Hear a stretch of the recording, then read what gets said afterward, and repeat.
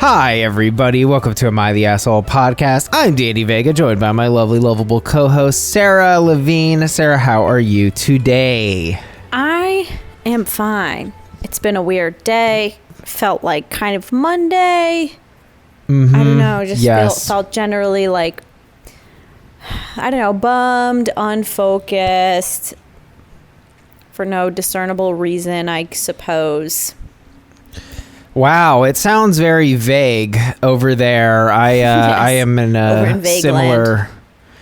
Yeah, I'm feeling very similarly. I took yesterday off because I spent this weekend in New York City. Shout out to the OG, New Amsterdam, baby. Heck of a town. Had a great time.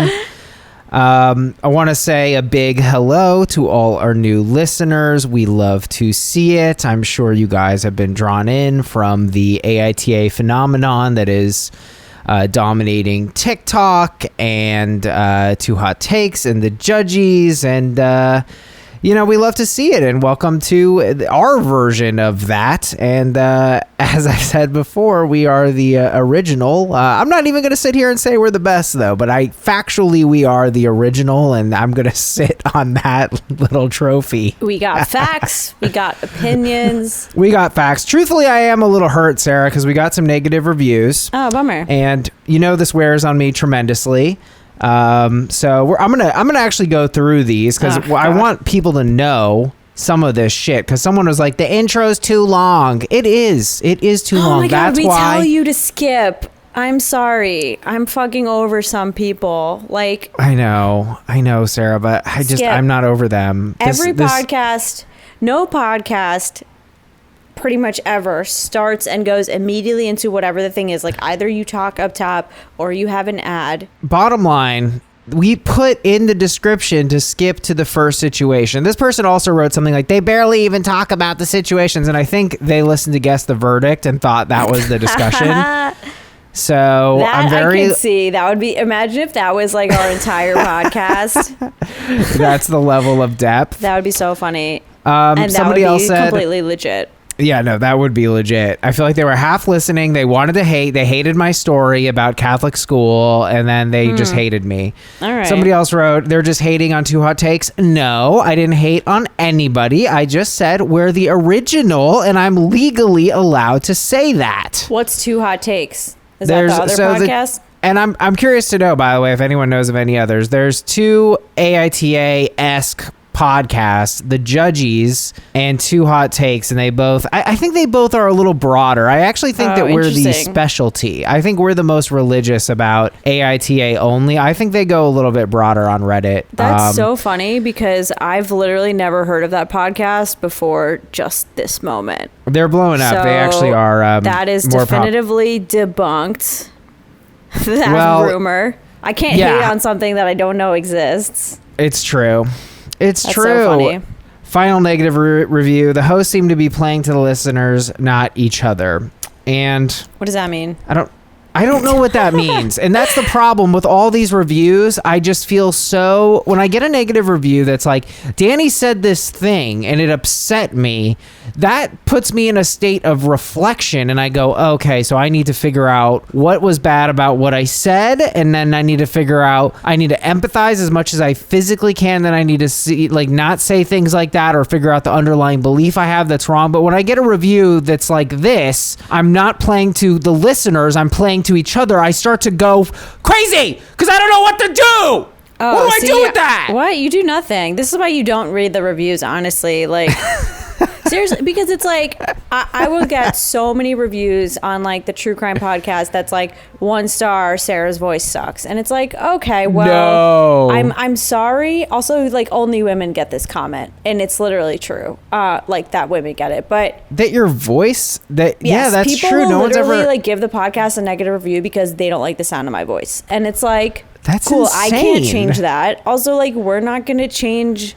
Like, we're not gonna not talk up top. So, I don't read the reviews, and like, you can't take it personally. You're never gonna please everyone. Some people hate the banter. Some people like come just for it. So It doesn't matter. It does not matter. It doesn't matter. It doesn't matter. That's interesting though. That's a weird shade of, because I personally think I have a, not a very manly voice. Like my dad is always bragging about this story where a woman fell in love with his voice, and I think my dad's voice is that's funny.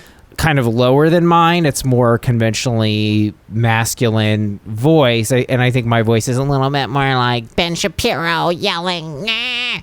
And so but yeah, why do you think someone would take that shot only at women? That rings true. I mean, I personally don't know it to be true, but yeah, why would that be? People just love to hate on women. Like, I have no idea. I think people are just more critical of women, and like, I would, anybody prove me wrong if like there's been a comment about a male host voice, but like just from talking to like my friends and people I know who've done podcasts, I've never heard a man say that they've gotten that comment. But what's funny too is that, I don't like the sound of my voice. I don't listen to my own podcasts, but also I'm not like totally conceited. But we did an audio presentation in my reporting class, and part of it was basically you would like interview people and you would like, weave together sound bites, and then you would narrate over it. Or just not over it, but like narrate to kind of weave it all together. And someone commented in my class, this guy who I think has the most like narrator voice, it's so deep.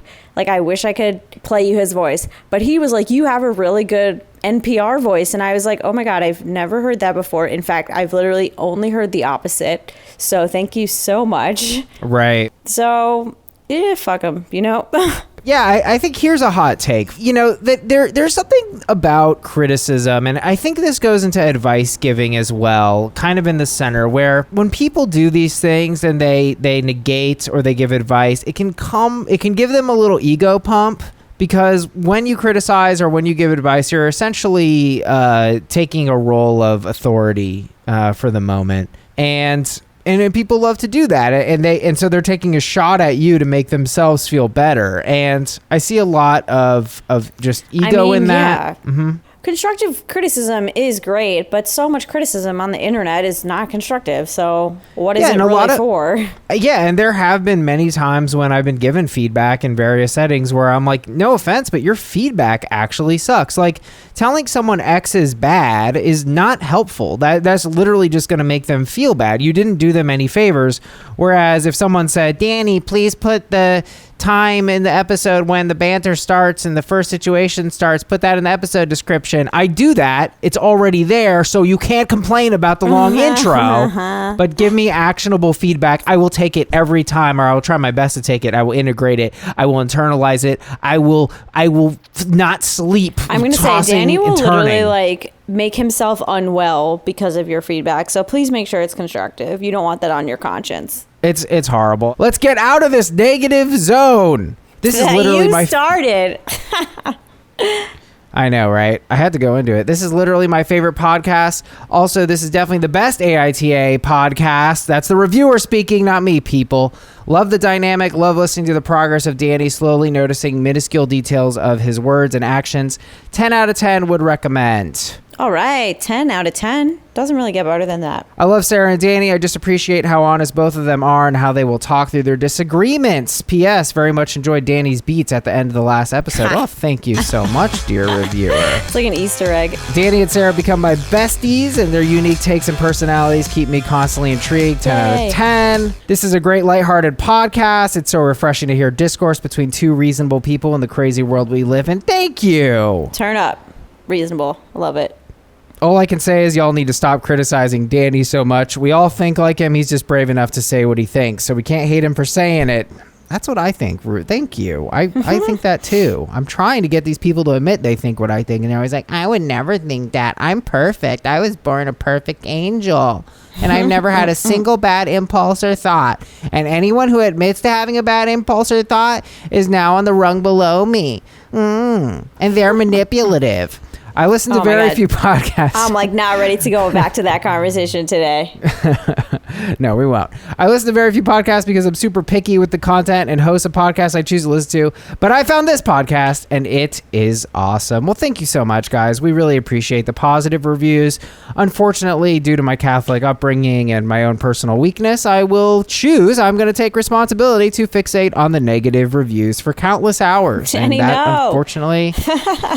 is how I'm wired. We welcome our new patron, Dan. Dan and I have corresponded much on Instagram. Dan, we're so excited to have you here. Thank you for joining the Judge Judy's and Jude's. Yeah. And people, with that out of the way, it is time for some Guess the Verdict. If you're new to the show, let's be clear, people. This is a game we are playing, not the actual discussion of the situations. Okay. So funny. Here we go. AITA for damaging my ex's car and not paying for it. It does seem like a classic YTA, but I don't know, Danny. I don't trust you. Damaging my ex's car and not... I'm like, okay, in what situation? Right. It's a beater. They were going to junk it anyway. Interesting. I mean, that sounds real conspiracy-esque. I'm just going to go with an ESH. ESH is wrong. Damn it. Here's the dealio, McFeelio. No. They broke up. So I'm sorry. I apologize to everyone for that. 1 star. Danny's weird rhymes need to stop. Broke up with the ex because he was on Tinder. So they caught him on old Tindy. Ex says he still loves her, though. And then is like, I want to get back together. You're the only one for me. And I just want you back and I still love you. She then sees the ex in where else, people? Yes, you guessed it. The Tinder? Wendy's parking lot. Oh. Making out with a girl. So X slowly approaches and knocks on the window. He freaks out and backs the car into something and wants OP to pay the damages. Oh, boo. Was damaging my ex's car in quotes? No, it was not. I would disclose that to you. I knew you would. I knew you would. I'm like, okay, then what kind of internalized, unassertive bullshit is thinking that you actually damaged the car when you were not behind the wheel? And well, you it's did interesting, not, Sarah. Okay. Because they're part of the causal chain. And people, if you want to know more about causal chains and blame, we recently went crazy deep on a situation in the bonus, in the Patreon, where someone kicked a soccer ball and hit an old dog, which it does happen, and hurt the doggy, and they felt like they might have to pay for the damages to the dog. So you can understand the intuition here. Nonetheless, Curiosity38 wrote, NTA, you didn't damage his car, he did, and it's karmic justice at its finest. Yeah, exactly. That's why I'm saying, what kind of internalized unassertiveness is it to think that you damaged the car when, you weren't driving the car, you didn't bludgeon anything into the car. Well, she was scared distracted. him. She scared him. Right, because he's a dick. Okay, that does make sense. Well, then I have one for you. Here we go. AITA for saying my boyfriend has a lifetime commitment to his ex since they're co-parents. Well, how could you possibly be the asshole? That seems 1,000,000% spot on and coheres with my philosophy. I'm going to go ahead and say not the asshole.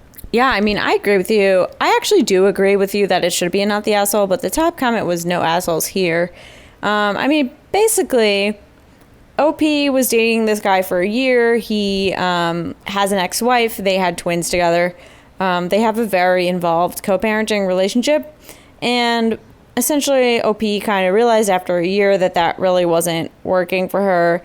I mean, she knew that he was going to be have a lifelong commitment to his kids, but she kind of didn't realize that in order to co-parent with his ex-wife, they would have to communicate often, see each other often, and work through things respectfully and stay in touch, basically. And she kind of just felt almost like a third party in that relationship. So, I mean, she talked to him, kind of tried to break it off. He was really upset, said that basically he was upset at her for saying that he had a lifetime commitment to his ex-wife when they were divorced. And it just kept going on and on. And the boyfriend was saying no, blah, blah, blah. And OP says, here's where I really messed up. I said, but you do, whether you like it or not. You have a family together. He got mad. I don't really understand why, because there are no lies detected. But the top comment was, no assholes here, but please don't date any more single parents. I applaud you for not asking him to make a decision between you and knowing that his children will always come first. I think maybe the reason it was no assholes here is because people were like, well, he's upset. He was going through a breakup. I stand by it. I should have gotten that point. I agree. I mean, I stand by it too. I think he's being an asshole. It's like, if you're not willing to be upfront about the realities of your arrangement, which is a good arrangement and nothing should be changed about that, then I don't think that's fair. Yeah. Once again, Reddit has fucked me. AITA for being at a breaking point with my husband's made-up language. Oh, definitely not the asshole. That's right, Sarah. Ooh. I just thought this one was too funny not to cover in brief. Just because yes. I honestly, I have known people who do silly things. In fact, I've myself been someone silly like this. So, like, it's plausible to me. According to them, husband has 30 to 40 everyday words that he uses instead of normal ones. No. Here's just a couple of examples. He doesn't say yes. He says, scuppers. Scuppers. How do you know about the whistle? It's written out as a rising whistle, which I think I have rendered accurately. Wow, good job. He does not say no. He says bing, bing. Absolutely not. Absolutely not. Divorce. We're just immediately, starting. Right to jail. We're just starting. We're going to go through several thousand. He doesn't say goodnight. He says bagayaya. So stupid. What kind of prank show is this? Stupid. He doesn't. They have friends named Pam and Will, and he calls them Pig and Wig. That's kind of fun. And apparently the whistling is the most consistent theme, which led people to fairly question if he had Tourette's. That actually is a thing I've heard of as well. Huh. He doesn't have Tourette's. There's nothing wrong with him, though. OP posted a massive edit here saying 3. Yes, I could see this as a reaction to stress. And 5, my favorite, no, he will not go to therapy. Whoa. He just won't go. He won't go, people. But yeah, suffice it to say, he will not stop it, Sarah. It's like a lot, and it's clearly like an all-day endeavor. Top comment, NTA, I'd have stopped long before you did. Your husband's being childish and annoying. The fact that he doesn't do it at work shows he knows it's not appropriate, that other adults wouldn't approve, think he was insane. Oh, and also they have a young kid, so OP was also concerned that their child's language development would be damaged. Yes, it would. I feel like it would, or he would just mirror the behavior and then be super annoying. Scuppers. The whistle, too, is like, that takes so much more effort than just being like, yup. Scuppers. Wow. Can you I have imagine? so many questions. Like, how did this develop? Oh, yeah. I think it's a bit he's just been building and slowly advancing the words. Oh, my God. Stop. Slowly building it. Oh, there's also, instead of Walgreens, he says, eat your greens. And instead of Barnes & Nobles, he says, sharts and gobbles, which I just got as a poop joke. Well, that's just inane, so... Yeah, it's... God, this is the worst bit. Yeah, baga yaya to this bit, please. Yeah, what the hell was that again? Baga yaya. Yeah, what does that mean? Good night. How is he still married? It's just like, look, I think if we can zoom out on this one, I would say save the bits for the comedy stage. Your life is not a fucking performance art. It's not funny to anybody but you. This is very much the same energy of, and I was just talking about this with my friend Andrea about, and you know, she actually did this and I'm proud of her. She was like at a mic or a show or something, and there was a new comic, and you know, they were talking to people and they were doing their bits, they were running bits, and she said, and I thought she did this really gracefully, she was just like, hey, we like you. Like, you're funny, you know, but you got to stop. You got to stop doing bits like this. Like, we're here to have a conversation, so let's have a conversation. Right. It's also, like, honestly, I feel like that is such a comedian thing to, like, try to do a perpetual bit. Like, to other people, you're just weird. Like, it doesn't... I love people like this, and there can come a breaking point with it, of course. And I think that's it. You have to respect the breaking point. But I do have some friends who are silly billies, and you love a silly billy. I personally do. I mean, this is kind of woman I want to marry. This is just nonsense. No, not scuppers. Not scuppers. But I do want to marry a really funny girl like this who doesn't take anything seriously, and that way we can just joke around and... You know. Yeah, I mean, I don't know. I think there's a difference between just like having a generally non-serious outlook and then just like a death grip commitment to things that only you find funny. That's what it is too. There's two components. It's not turning it off, but it's also like, dog, you're bombing, right? Like your wife hates it. You're ruining your child's language development. Like you're not doing well with these quote unquote jokes. So like, this isn't good for anyone. Well, the problem with this guy is I suspect that the fact that his wife is irritated by it, like, gives him the satisfaction. I think that he likes that it annoys her. I agree. That's sadistic. I think it is sadistic in a way, but like I haven't even read the situation, but I feel like we've read a lot like this. But like, unless she is the best actress and genuinely like laughing at all of these things, which I'm sure she stopped doing the second time he did it, he knows. He's probably very well aware of how she feels about it, and I feel like that's part of it. I don't know. Yeah, I mean, to me, this is just not internalizing others' feedback, and I'm using stand-up terminology because I'm a failed stand-up to embody that, but like that's really what it is. It's like, and people do this, and like, of course, we all do it to some extent because sometimes we're stubborn and we want to stick to something. But like, there's a reason that I ask for quality feedback. It's because I really will, at very least, consider it. When you give me feedback I can't work with, I just get angry because I don't know what to do. But I think in general, if you're sticking to like a bad conversational bit or a bad conversational story, and you keep telling people and it's going nowhere, it's like, why are you still doing that? Why? What are you doing? Why are you glomming on to this thing? Is that your identity, that you're glomming on to bits like, and this is another, I've actually seen this bit before. Whenever he burps or farts, he'll say like, garbage. Yeah. You know what I mean? Like as he's burping. I've seen guys do that. Such a bad bit. I'm so glad I'm not friends with people like this. I can't believe you've seen that before. Yeah, I think that's like I think I saw that, like teenagers did that when I was preteen. Like, jeez. You know what I mean? When you burp, you'll just be like, bleh, and then say a word while you burp. It's awful. Like, it's awful. It's so unfunny and not cool. Yeah, big yikes. All right. Well, to round this out, this is another funny one. AITA for not paying to change my father's gravely insulting gravestone. Not paying to change the gravely insulting gravestone. My, this is a bit of a tongue twister. I mean, why would it be on him to change it? Why would they have to pay? You should get a refund if it was a mistake. I'm going with not the asshole again. You are correct. Yes. I mean, I just thought this was funny. I loved gravely insulting gravestone. That was fun. I feel like I want to use that in the future, but I don't know how. But basically, Opie's father was kind of a dog. He had an affair with a married coworker. He was still married to Opie's mom.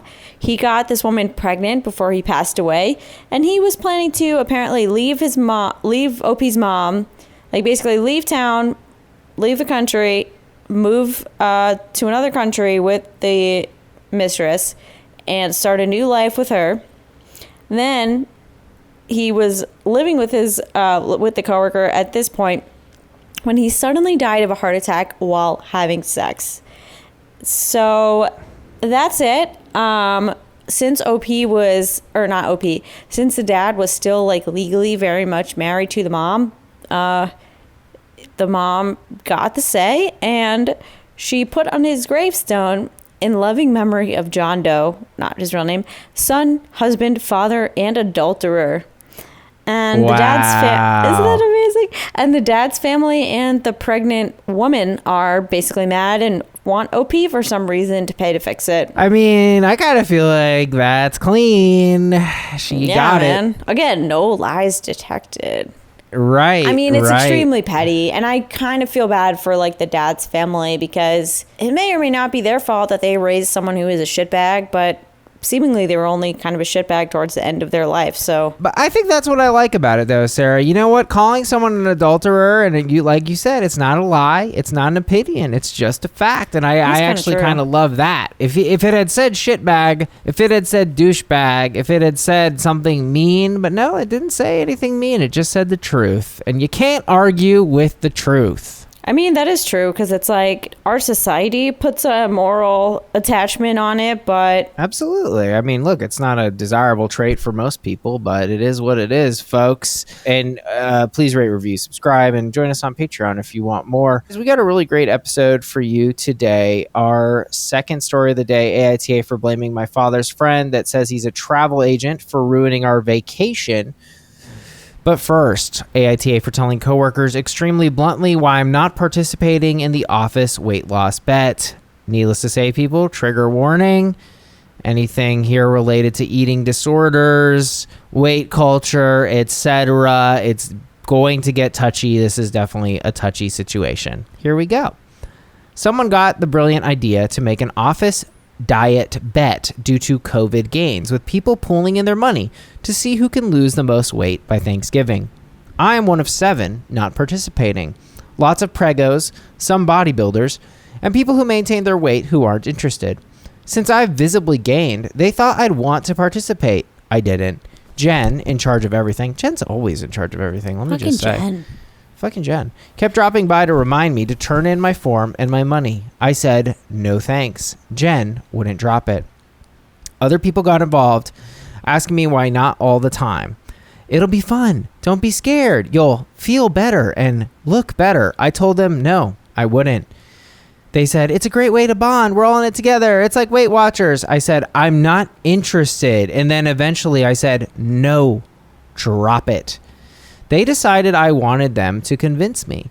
2 weeks into the bet, they tried to trick on the scale to shock me. What? Trick me on the scale. I'm guessing that's what they meant. Right. How? Okay. I contacted HR and they finally backed down. I'm eating my food one day, rice and beans. People sitting with me start dropping hints that how they feel so much better now that they aren't eating carby comfort foods. I said, I'm glad you feel better. They took this as a sign I knew I'd feel better again and started up saying I could still join in. I finally snapped and said, you guys suck.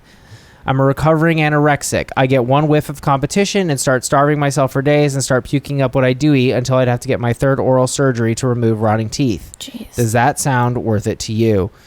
Chorus of wow, and we were just joking. Fuck I said, that all the way into the sun. Right? I said into the sun. I said, no, you weren't just joking. Congrats, by the way. After you all wouldn't stop, I weighed myself for the first time in 7 years and didn't eat for 2 days. Does that make you all feel good?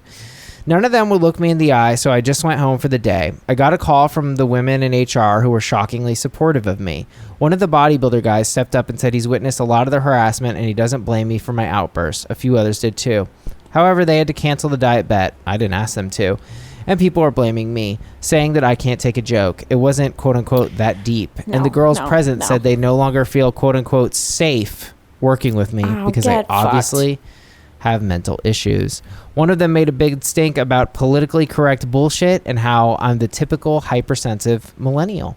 I go back and forth on this all day thinking I should have just swallowed my anger and gone back to HR, just stop eating lunch in the office or whatever. I didn't mean to ruin anyone's fun, but I also feel justified in pushing back on their harassment. AITA. Jesus Christ, this sounds like a boomer fanfic. This is like completely outrageous. I mean, in what world... Oh my God. I mean, I don't know. I'm struggling to believe this happened just because I don't want to believe that this could happen because it's so completely outrageous. Like the constantly pushing somebody to join this weight loss thing is massively inappropriate. Massively. Then getting mad at OP is also just completely bonkers. I don't even know. None of these people with this bet live in reality. Yeah. And I mean, it's like if you want to do a weight loss bet so badly, you can do it on your own time. Yeah, I mean, for me, look, I think, does it ring false to me? Yes, but I think it rings false probably to both of us because, look, our entire working history has been on the coast, so clearly this did not happen on the coast. I mean, but I think, look, culture is very, very different in other parts of the United States of America, presumably where this is. I mean, I just read an article yesterday about a couple that was kicked out of a bar for wearing a mask. That flies in certain places. Yeah, I mean, look, it's just hard to believe that people would be this absurdly pushy about it. I don't know. Yeah, maybe it is just an East Coast thing because I feel like people here are a little bit more subtle when they try to pressure you into something. Like just the browbeating is what made it hard to believe. But yeah. Well, I think what for me rung true is that, look, everyone, this just rings with a lot. Even if it's not true, I still think it rings true. And I think obese people deal with a lot of these microaggressions. You know, you've got essentially a layer where everyone thinks that you want to, quote unquote, get better. And they feel like they should help you. And they do that usually by offering insipid advice, which is lose weight, which is not helpful to anybody. So I think the kind of core elements of this kind of do add up to something we can pull from. I mean, I have to say, though, I am with you just on the note of I'm shocked that a weight loss challenge would be accepted in any a business today, just because from a liability perspective, it seems like a no-brainer kind of thing to ban. I mean, people could get hurt. You just, why would you risk that as a business? Makes no sense. And it's not really fun either. I would say it's, you know, it could bring you together, but why not do an exercise challenge or something like that? Weight loss is a little crazy. I mean, what are we, wrestlers trying to make our class? It's crazy. I don't know. Is this The Biggest Loser? Yeah, that's very bizarre to me. Very bizarre, not appropriate. I mean, look, I think this goes back into our boy who likes to say scuppers and Bing. It's like, I think OP was not ever direct necessarily. Well, no, they were direct. Maybe they just never explicitly, or they could have been more explicit. But you've got to get a lot of obtuse people. And I don't know, from what I hear and when I've spoken to obese people about microaggressions that they receive, there is a level of obtuseness coming from these sort of condescending microaggressions, right? Oh, 100%. Right, and it's kind of like this is just aggression. This isn't even microaggression. Right. Well, I think what they're trying, because in their head they think they're doing a good thing. They're like, I'm finally going to help OP lose the weight that they know they want to lose, you know? Which is so that's problematic.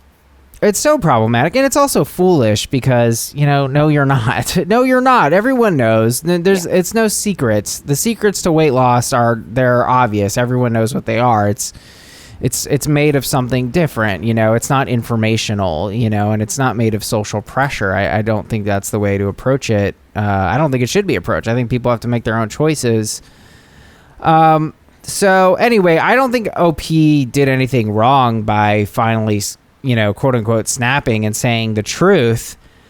Honestly, the most heavy criticism I could even offer of OP, just because we're here, so why not, is that they could have even been a little more upfront sooner, and then maybe they wouldn't have had to have a meltdown and just said, hey guys, stop asking me, I have an eating disorder. The answer is no. And that could have been the end of it sooner. I feel like with these people, I'm not even willing to give them that credit because, I mean, I'm also making did OP say that they're overweight in the beginning? They said they gained weight over the course of COVID. Okay, who the fuck didn't? Like, sit down, people in this office. That's absurd. So we don't even know. But if I'm going to make just a wild, like, extrapolation, I feel like there is also a problem where lots of, like, overweight people or fat people, I'm not sure, honestly, which is the term, because some people just prefer either, but will admit to having an eating disorder, and then people won't believe them because we have, like, such a narrow view of what we think an eating disorder looks like. So I don't even want to give these people that inch of credit because they're horrible. Yeah, and I will admit that I have done that to a male friend who was good looking and taller than me, and he told me I had an eating disorder, and I laughed in his face, and I have guilt over it. I'm no longer in contact with this person, but it's been good to do this podcast because it has made me realize, like, that was really fucked up, and I didn't internalize that could be possible because it was so surprising to me. I was ignorant, and I've gotten better, people. Yeah, but I did do that. Yeah. Well, regardless, I feel like we agree, though. I think we do agree. There was one more thing I wanted to highlight here, and I think this is something that I've been going on about for quite some time, and this is, I guess I could maybe phrase this as the weaponization of victimhood, because here we have a case where OP is pretty unambiguously did nothing wrong. I mean, they did nothing. They stated a fact that they're recovering anorexic, And then there were the girls present said they no longer feel quote unquote safe working with me because I obviously have mental issues. That is such bullshit and so like mean.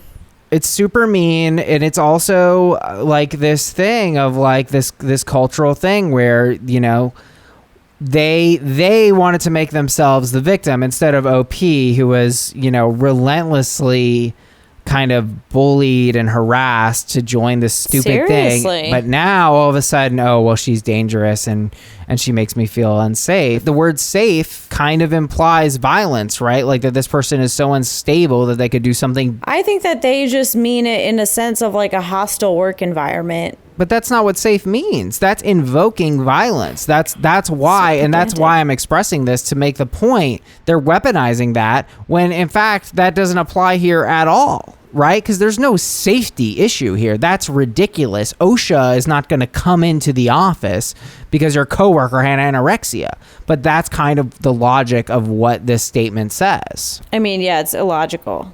Dennis the Tiger writes, what they're really doing is harassment, and that does not belong in the workplace.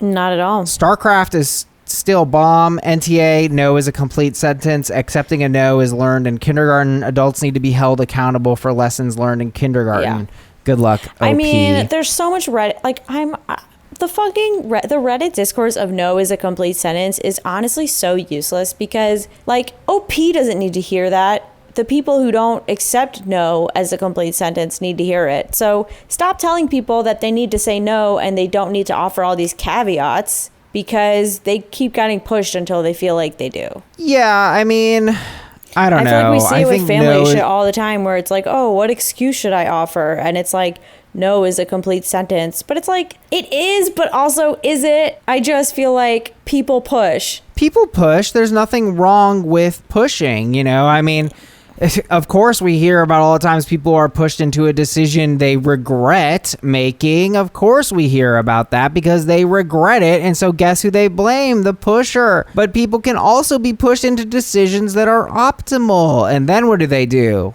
Well, I mean, I decided that. Of course you did. You know, and it's classic. Telling you no, when are you going to push them into a yes that they're happy with? Am I the asshole?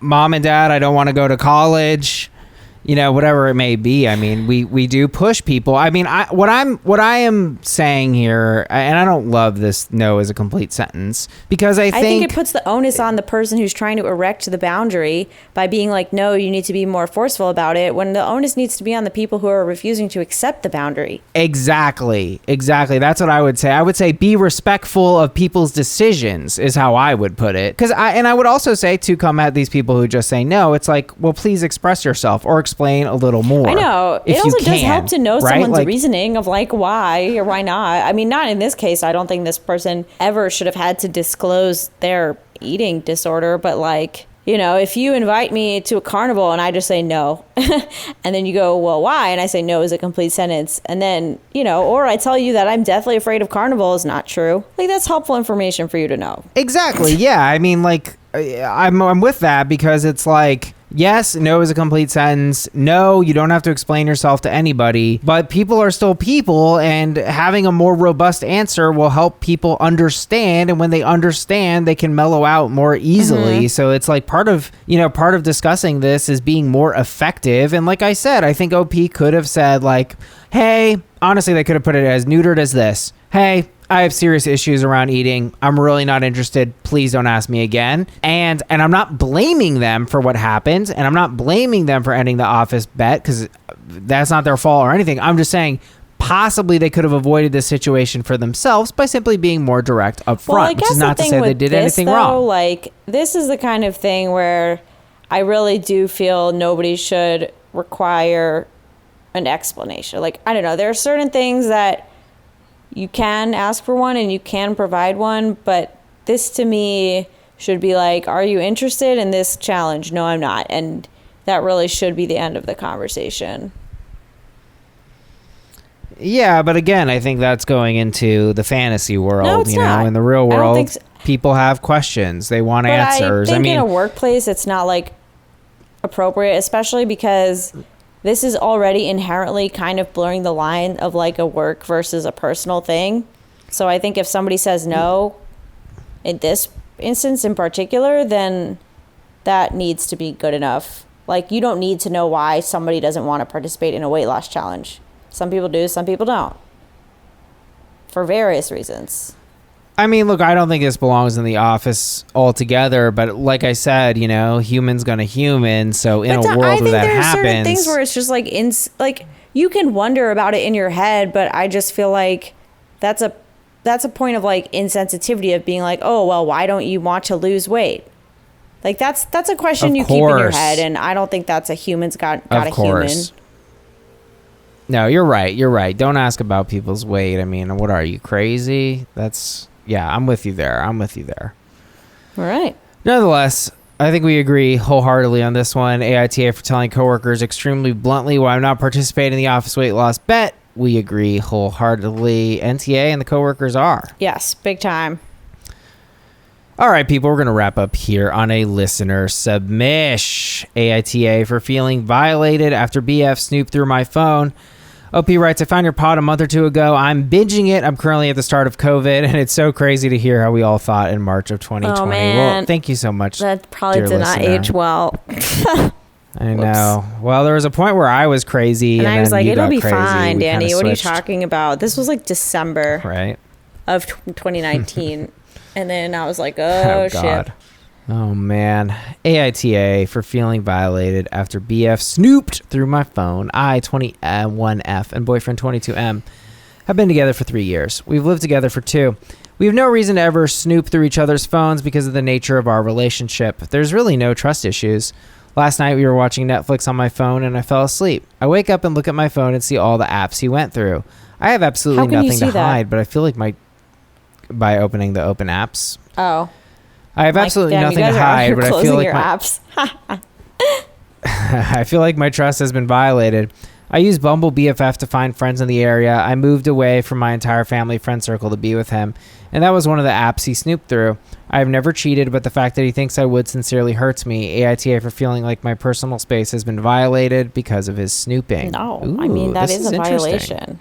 So I've got a take here. I've got a very moderate take. Not even a hot take. A tepid take. I don't know, OP, you didn't tell us, but I think if I saw my girl, if I had a girl, on Bumble, I would think she was up to something, even though I know there's Bumble BFF, etc.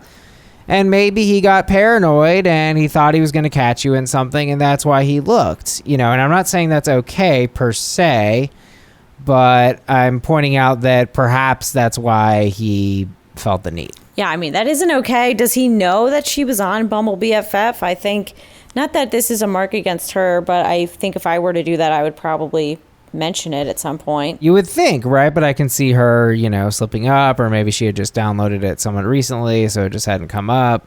Or it just hadn't come up, exactly.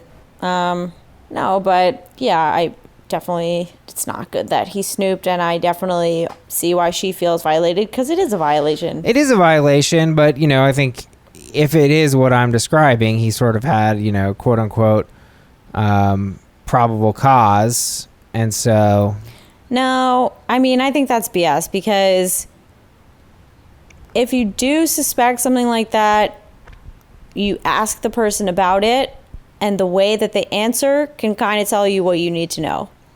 I feel like if you're at a point where you need to snoop, your relationship is kind of over. But Sarah, this is a 22-year-old male. I mean, I think we can give him a little bit of grace for not having the maturity to be direct. Nah. I can't go no assholes here for him snooping. No, I can go soft YTA on it, but I don't think assuming the worst in his intentions is... His intentions were obviously to catch something. Like, why else would you go through somebody's phone? What is the good intention for having done it? She's on Bumble. I mean, I can easily see this guy going to his buddies. Nah.